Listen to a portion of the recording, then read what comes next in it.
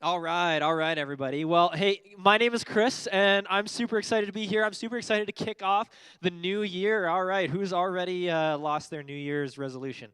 Yeah, that's me. I'm like, oh wait, today's the second. Yesterday was, whoops, my bad. Oh well, I guess I won't do that anymore. But I'm excited. New year, new rhythms. Maybe maybe new diet, maybe new gym routine. I was talking to Trevor. Trevor, he's a big shot, right? So he's like over at Good Life. I think he's like platinum member, like he's like pretty big deal over there. And he's like, "Oh, I hate the first week of January because there's so many noobs who aren't on my level." And I'm like, "Trevor, someone's just trying to get back in shape. Come on, man." Like, no, I'm just kidding. He didn't say that. But uh but uh it's super exciting. And maybe for you, a New Year's resolution. I don't know what it is, but maybe for you, what makes me so excited is maybe coming to church for the first time in a long time is a part of what you want to do in 2022. And I'm just so excited. This is such an honor to kick us off here for the year. And if you're joining online or you're in here and you're like, I haven't been here for a while, hey, we're all here, and like we're going to talk about today, the gift of God is for all people, and so super excited about that. We're going to be in a passage that's pretty familiar. We're going to be in Ephesians chapter 2. So if you got a Bible, turn over there. Encourage you to do that. In grade 5, 6, here's what we do: we get a Bible and we get markers and we circle things, we underline things. Sometimes we even draw pictures in our Bible because it is awesome. So if you need a Bible, you go grab one, grab your phone, something like that. Flip over to Ephesians chapter 2. And here's the thing with familiar things is sometimes they can get us headed in the wrong direction. It's like that ring road construction that's been on McLeod for the last year. I always, every single time I drove on that thing, it changed, right? And so I was headed home one time, and I decided, I'm like, I don't need maps to get home. I know how to get home, right?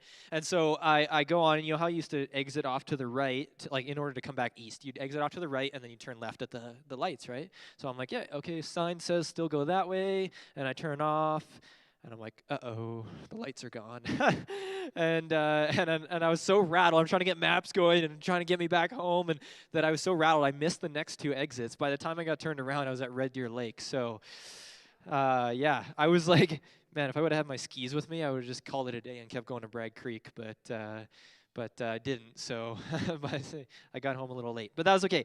And here's what I mean with that is sometimes when things become so familiar to us, and this passage is, so common, is that sometimes it can lose its power. It can get us headed in the wrong direction. And so this morning, I want to challenge you as we read through Ephesians 2. I'm sure you've heard 20 messages on this. But maybe, just maybe, God is speaking one new thing. So let the words become strange and new again. For it is by grace you have been saved through faith, and this is not of yourselves. It is the gift of God, so that no one can boast. You ever heard those words before? Maybe you got them like tattooed or put on your wall or something like that. Famous passage, right? And grace is one of those words. It's totally a Bible word, right? Like even my friends who wouldn't even step foot in a church, like they know the word grace, right? Grace is a thing we say before supper. We give it, or we ask for it when we mess up. We don't give it very easily, especially on the internet. Yeah, especially on Facebook, it's not something we give out very easily, but it's become so much more than the word meant. It's become so familiar. It's just kind of become one of those Bible-y words. And what's really cool? The more I learn about the Bible, the more I sometimes you come across these words, you're like, oh, it's a total Bible word, and yet you learn, and it's like, wait, no, this is a totally normal everyday word. So the word grace. This is really radical. You guys ready for this? In the Greek, it's gift. Yeah, that's what it means. It's the word gift. It's not special. It's not religious. It's not anything. It's actually just a word, a pretty basic word. It's the generic word for if I give you a gift or do a favor for me or something like that. It's just a normal everyday word. It's the word charis. Anybody I went to school with a charis. If you know a charis, it's the word gift. And here's what I think is so neat about this is that I've been reading through Ephesians chapter 2, and every time I get to the word grace, instead of reading grace, because that word has a lot of ideas, pre-existing ideas in my mind, right? I think about the song, Amazing Grace. I think about, what, but I just read the word gift. And for me, it just helped me to shift slightly and to understand and hear a message that is so radical about God's gift to you and me. And so that's what I'm going to do. Let's practice. Let's try it out here. I'm going to read through Ephesians chapter 2, and I'm going to read when we get to grace. Hey, let's read gift, all right? So maybe this just helps you hear it in a new and fresh way. He starts off, he says, "And you were dead in your trespasses and sins in which you once walked, following the course of this world, following the prince of the power of the air, the spirit who is now at work in those who are disobedient. And among them we all used to live when we followed the passions of our flesh. We carried out the desires of the body and the mind, and because of it we were by nature children of wrath like the rest of humanity. But God, being rich in mercy, because of his great love with which he loved us, even when we were dead in our trespasses, he made us alive together with Christ. By the gift you have been saved. And raised us up with him, seated us with him in the heavenly places in Christ Jesus, so that in the coming ages he might show the immeasurable riches of his gift of kindness towards us in Christ Jesus. For it is by this gift you have been saved through trust. And it's not of your own doing, it's the gift of God. It's not a result of works, so that no one can boast. For we are his workmanship, created in Christ Jesus for good works, which God prepared beforehand that we should walk in them." What's the best gift you've ever gotten? Think about it. Maybe you still can't remember what you've gotten in past Christmas years. I'll tell you, let's see if I can get it off. I'll tell you about the best gift I've ever given. I put it on my finger here in order so that I wouldn't lose it, but now it's stuck. Here we go. There we go. Oh, I put the wrong thing to my mouth. That's weird. Okay, sorry. If this is kind of weird, I'm kind of working with one arm today because last week I dislocated my elbow. I'm okay, but it only bends about this much, so I can't quite get the mic up to my face. So I'm kind of working with one arm here. But I'll tell you about the best gift that I've ever given to somebody, and this was it. Can you see it? I don't know if you can zoom in on it. What is it? It's a ring. It also happens to be the most expensive gift I've ever given to anybody. And so, but it was so worth it because when I gave this gift, it changed my relationship to somebody, right? In the moment that I gave this to Hannah, Hannah changed from my girlfriend to my wife. Well, not right away. It wasn't that weird. It was longest 5 months of my life, but you know what I mean. But in the moment I gave it, it changed my relationship to somebody. Nothing was physically different. Nothing had changed in the world the moment after I gave Hannah this ring, and yet everything had changed about our relationship. Everything had changed about our lives and the trajectory of our lives. It was incredible. And, since we're getting married, I don't know how you feel about Christmas gifts. You guys are gonna totally think I'm a Scrooge because last week Neil totally exposed me. He was like, who doesn't have their Christmas tree set up? And I was the only person who raised my hand. And, and I was like, now I'm about to tell you I hate Christmas gifts. But here's the thing. When you're adulting and you're giving each other gifts, it loses its power when it's coming out of the same bank account. Am I right? It's like I could have just gone and got what I wanted, So that's what I thought about Christmas gifts. But here's the idea of a gift that's maybe a little bit different than our idea of maybe Christmas gifts or the gifts that we give and take. And I think what it does when we understand what a gift means for Paul and this church he's writing to, I think it reveals a really incredible message.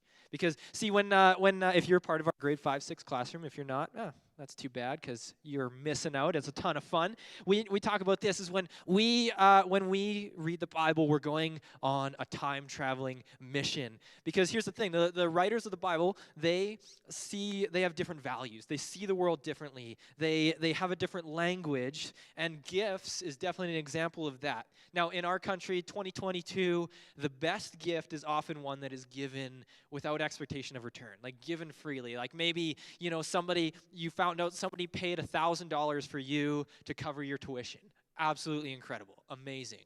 Or maybe you had a neighbor, this year makes the best chocolate chip cookies and dropped them off. Hey, here's a gift just to bless you. That's absolutely incredible. And but the way the gifts function in the time and the place where the writers of the Bible lived, it's a little bit different, okay? And a gift was actually given to establish a new relationship. Okay, so we might be now. Okay, let's put ourselves into the situation here. Let's go back in time a little bit. You and me are neighbors, all right? So we're neighbors, and we both have our little fields here. Now you're a little richer than I am, and so you have your own donkey, all right? So congratulations, you now own a donkey, and I'm like, I don't, because I can't afford a donkey, and so I'm like, what am I gonna do? Harvest is coming. How am I gonna plow out my fields here? Oh, I know. I'll make a partnership with my neighbor. So I go over to your house. I knock on your door, right? And I come on over and I'm like, hey, listen, I got this gift for you. And for us, we might go, oh, gee, thanks, nice, yeah, well, all right, see you later. But for them, this was this moment of, hey, listen, I want to make a partnership with you. I want to form a relationship with you. And so, that next time when I'm going like, hey, I don't have a donkey, can I borrow yours? It's you kind of owe me one, right? It's almost like, I've got Denver. He was up here playing guitar. I borrowed his ladder, and I still in my garage, Denver. I need to give that back to you. Next time when he comes over to my house, he'll be like, hey, Chris, you got a hacksaw or something like that? I'm not going to be like, no way, how dare you ask for my tools? It's like, no, like, hey, he shared with me. We have this neighbor relationship, this give and this take. And in some ways, maybe that's a little bit different than our understanding of gifts. But I think in a way, think about it this way. Who did you give the gifts to this year? Now, maybe some of you decided to you went out and you bought Flames tickets and you just decided to put a random address on it. Maybe it was 457 Elgin Gardens Southeast, and you just tucked it in the mail and just to bless somebody. Just somebody random. I don't know whose address that is. It's not mine. But if you want to do that, it's maybe a good place to start. I don't even know. Can you go to Flames games anymore? Maybe you can't anymore. Anyways, maybe you did that. Maybe you blessed somebody just, with something extravagant who you didn't even know. But who did you spend the most time and thought and money on this year for your gifts? It's somebody that you have a special relationship with. Okay, Hannah and I, we decided we still do Christmas gifts, okay, because, the ring, that was one gift. But we realize it's like, it's the continuing giving of gifts. It shows our love. It keeps the relationship alive. And so we do give gifts. I'm just really thankful that pajamas are cheaper than diamond rings, okay? So, and so a gift, it's something that establishes a relationship. But here's the second part of what the writers of the Bible, when they say gift, they're picking up on language in their culture, and it has to do with status. So we know, okay, when you give a gift, it forms a relationship. And in the world of the writers of the Bible, your relationships, who you have a relationship with, changes your status. Okay, back in the time traveling machine, here we go. And we're back in, you and I, we're farmers in ancient Israel. We're way back there, okay?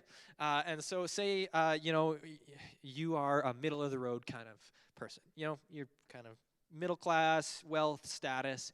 On this side of you, on your right side, you've got some neighbors who are really poor. Actually, they might even be slaves, because that was a reality back then. Over 1/3 of the known world was actually in slavery, and that's not a good thing. But so say on this side, you've got some neighbors who are poor. They're low in status. And over here, you've got some rich neighbors. Not only do they have their own donkey, they have their own goat as well, and also a brand new wake setting boat. No, wait, those weren't invented yet. Anyways, okay. But, so who are you going to give a gift to? Who do you want to form a relationship with? Who do you want to have a close partnership with? Because that's going to reflect your value and your status, and that's going to be how you climb the ladder. So are you going to give the gift to somebody who can't give anything back to you in return? Or are you going to give a gift to the person who's going to take you out on their boat on the weekend? Or, lend you their donkey or something. And I think this one actually maybe helps us to understand the word grace is maybe a little bit more than what we thought it was. Because I think it starts to have some real life, real significance for how we decide who we roll with in the world. That's a big deal. Okay, there's one more thing that I think is super, super important about the idea of gift in the ancient world. And now what we need to do here is we need to get into their mind a little bit, okay? Because this one's a little bit different than maybe how we understand it. Is that giving a gift creates a relationship of debt with somebody. So giving a gift, it creates a new relationship, but it creates a relationship of debt. Kind of like I gave to you, now you owe me.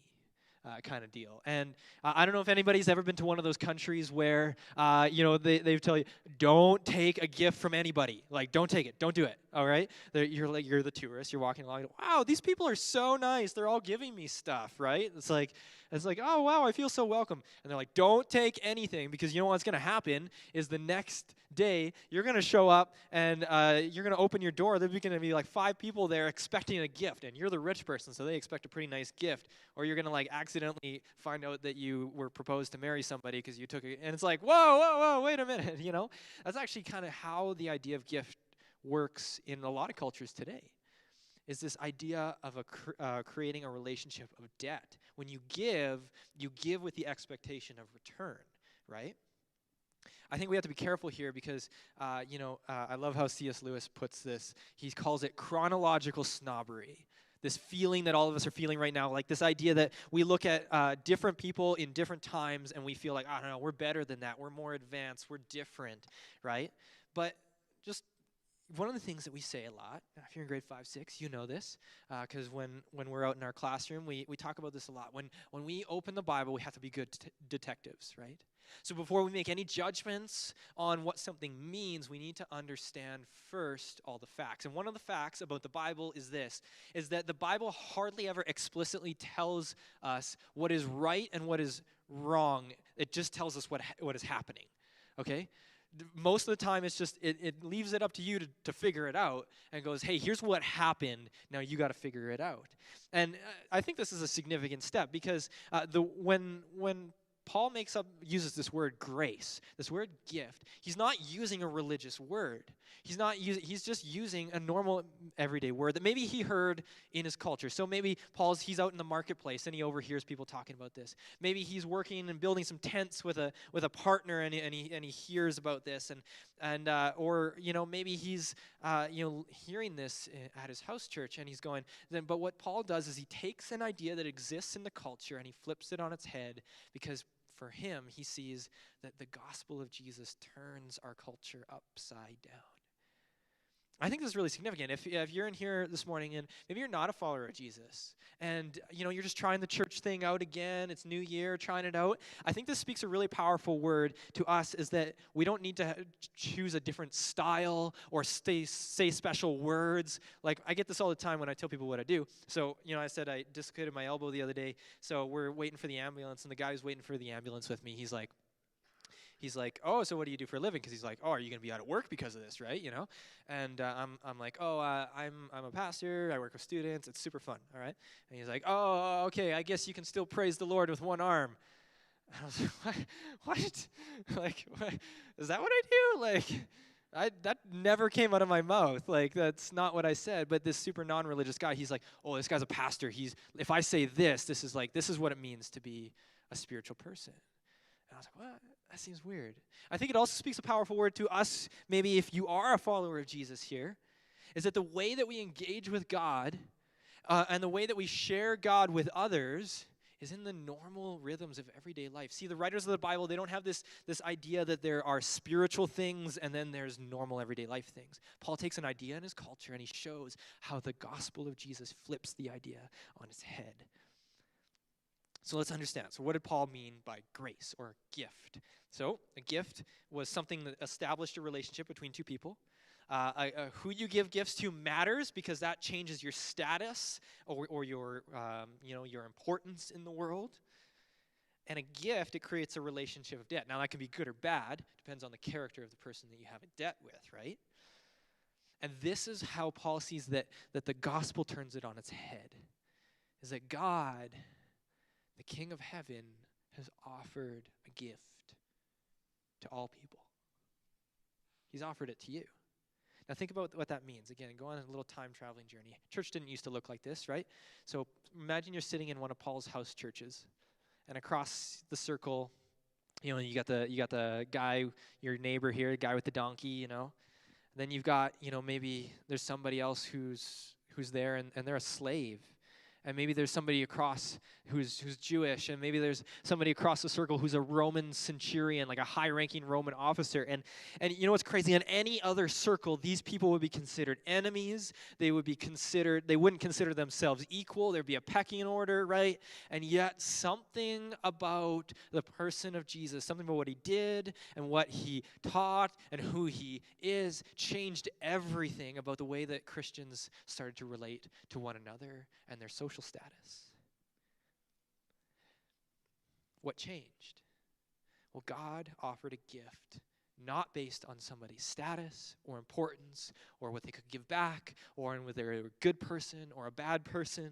God offered his gift to all people based on his rich mercy. See, God wants a relationship with you, and he's the one who made the first move. God's not concerned with who you are, what you've done. He gives just to give, not what he can get in return. Doesn't need to care about your social status. He's got all he needs. God wants to create a relationship of debt with you, but the kind of debt we have with God is the debt of love.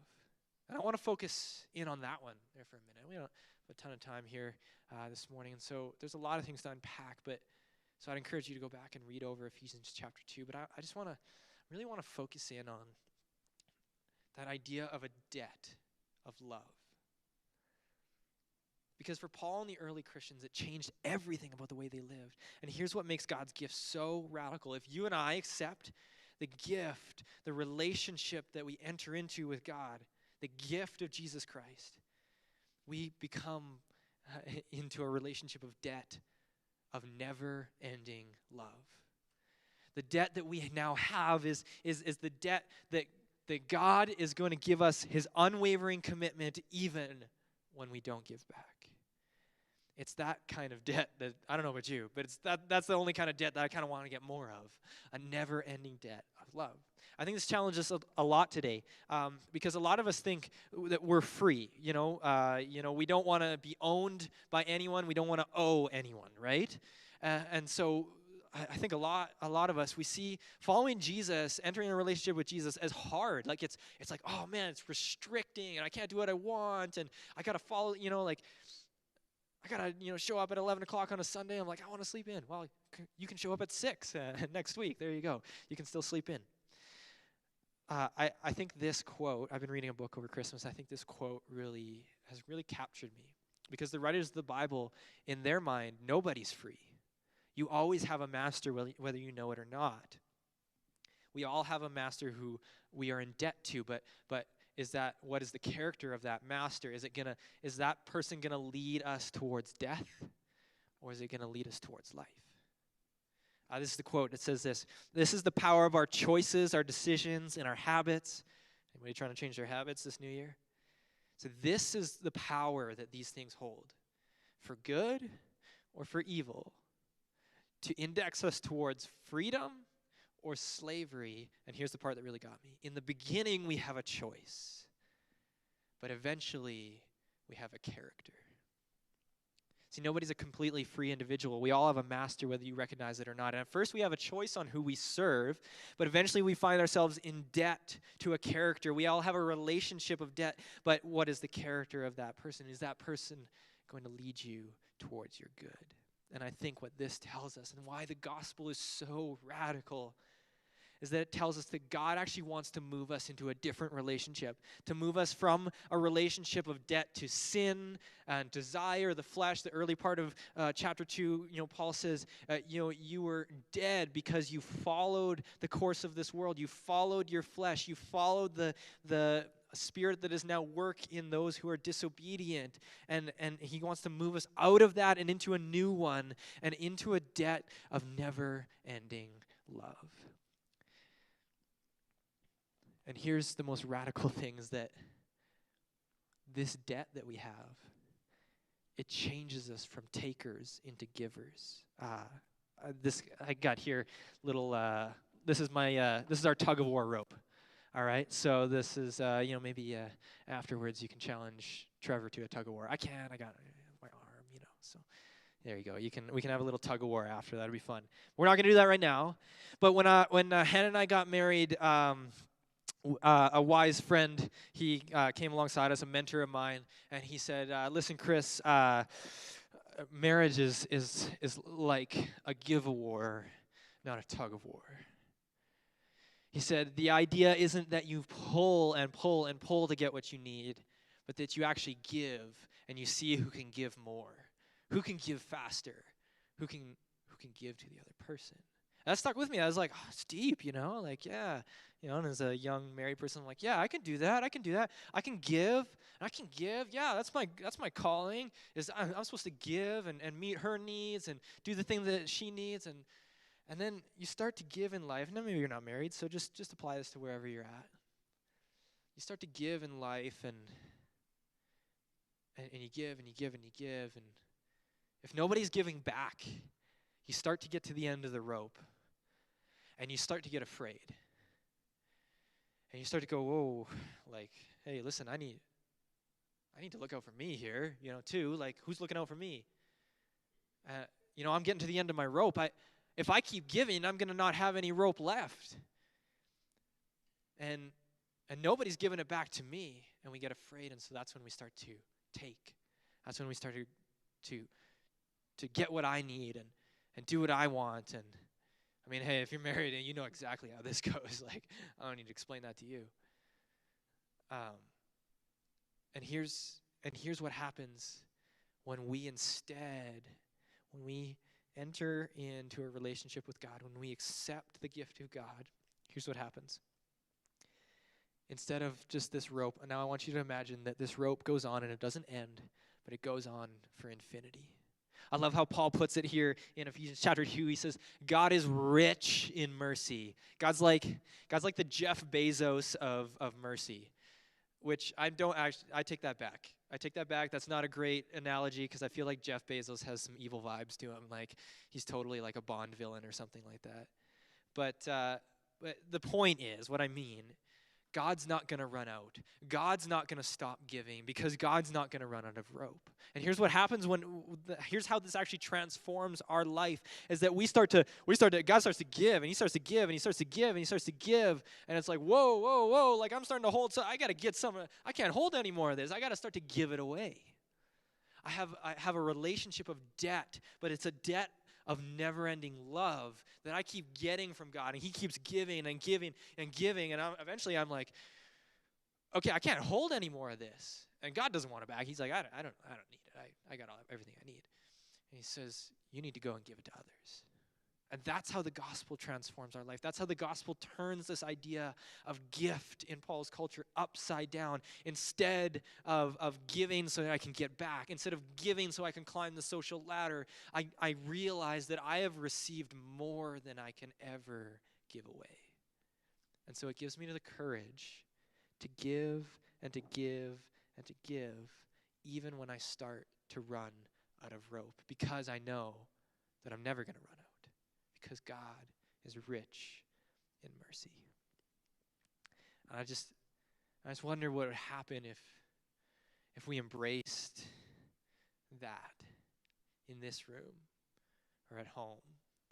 Like, how would it transform Southeast Calgary if we realize that God has given every single one of us a gift, no matter your social status, no matter how much money you make, no matter, if you have been really, really great this year or this year you've gone off the rails. Because the generosity of God transforms us from the inside out. How would this change your high school? Man, listen, it matters who your friends are in high school. It matters who you run with. I get it. Because that's like changes how, your social status, how cool you are. But what if we understood this gift that God has given us, that he associated with us before we ever even thought of him? How would that transform the way that you go into your school and treat the people who aren't cool, who are on the outside? And because we don't have to worry about losing our status because the King of Heaven has already given us all the status we need. How would this change the way that you do business? Like some of you people in here are CEOs. Like you're big shots. Like not gonna lie, you are big deals. But how would this change your culture if you walked in and you saw yourself not as the most important person in the room, but as the servant because the King of Heaven first served you, not because you were worthy of it, but because he loves you? How would that change the way that you treat that employee who's, not treating you very well? How would this change some of you guys who are in elementary school? How would this change your class? If you saw it is your mission to walk into your room and go, listen, hey, I've been treated with so much kindness and love by God that I want to give it back, even to that kid who's the bully, even to that kid who's a little bit smelly and weird, even to my teacher. Like, how would that transform our world? Like, it's absolutely incredible. I think there's so many ways this happens, and I just want to I get a front seat to one, and I want to brag on a couple people for a minute, so I'm sorry if you're listening to this and this embarrasses you. I'm not going to get everybody, but I get a front row seat to see how there are people in our church who are changing Southeast Calgary one student at a time. So when I read this text, it's no longer an idea in my mind. This is faces of people. It's like, this is Andrew, who he's got a big family. He's a big deal. He's got a busy life and a really important job and a big beard too. And yet he shows up every single Friday to hang out with grade 7 boys. He doesn't have to. He's way too important. But he is in a debt of love with God, and he just wants to give it back. This is Bailey, who is absolutely incredible, and she didn't grow up in a Christian home, and yet, God just so happened to put her in a small group that has a bunch of girls who also don't go to church. This is their only church experience when they come on a Friday night, and so in Bailey, they actually get to see the gift of God in action, transforming someone who looks like them, because they don't care anything about me. I mean, like, listen, they're all like, teenage girls. So they're like, oh yeah, I'll say hi to them, and they'll be like, but they think Bailey is the coolest person on the planet. Like this is so cool, and I'm gonna miss all of you guys, but this is so cool. There's this is Jimmy, and this is Grace, and this is Cade, and this is Quinn, because these are teenagers who are showing up because they think it's more fun to spend their Friday night cleaning up after students, because then I don't have to be there till 10:30 at night, and that's how they spend their Friday night. And that just, like, what compels them to do that? Something changed. And here's what happens is, guys, I'm not even joking you. Lives are being changed. Southeast Calgary is being changed one student at a time, because when the people of God embrace his gift and they start to give back because they know they can never run out, the Spirit starts to move and it starts to change lives. Because God's gift changes you into who God created you to be. If you accept this gift, what Jesus has done changes you into who God created you to be. I want to invite the team up. We're going to sing a song in response to this, and I want to land the plane here.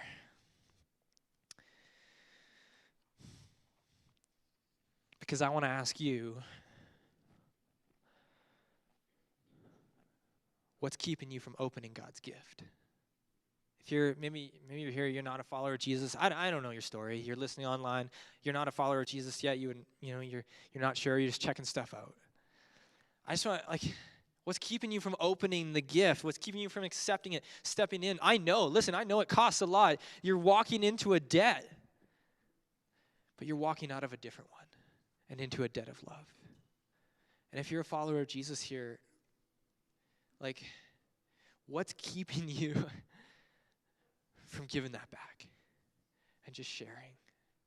Because you're never going to run out. Because the debt that we have, if ever I sit here and I go, what I'm doing, what I'm giving out is too much, then I don't realize what I have first received. And we have received new life. So let's go.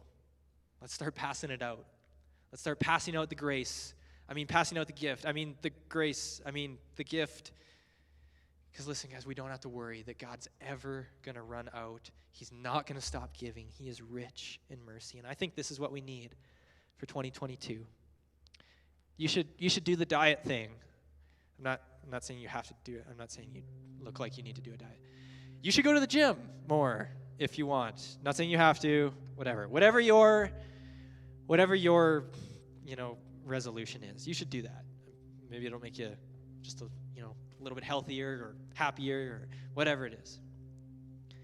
But one thing that's not going to change week to week, one thing that's not going to fall off the bandwagon is the God that is giving to you. Because he's never going to run out. And he doesn't care who you are, what you've done, or what you haven't done. He's still offering it to you. And he wants that to transform you into who you were created to be.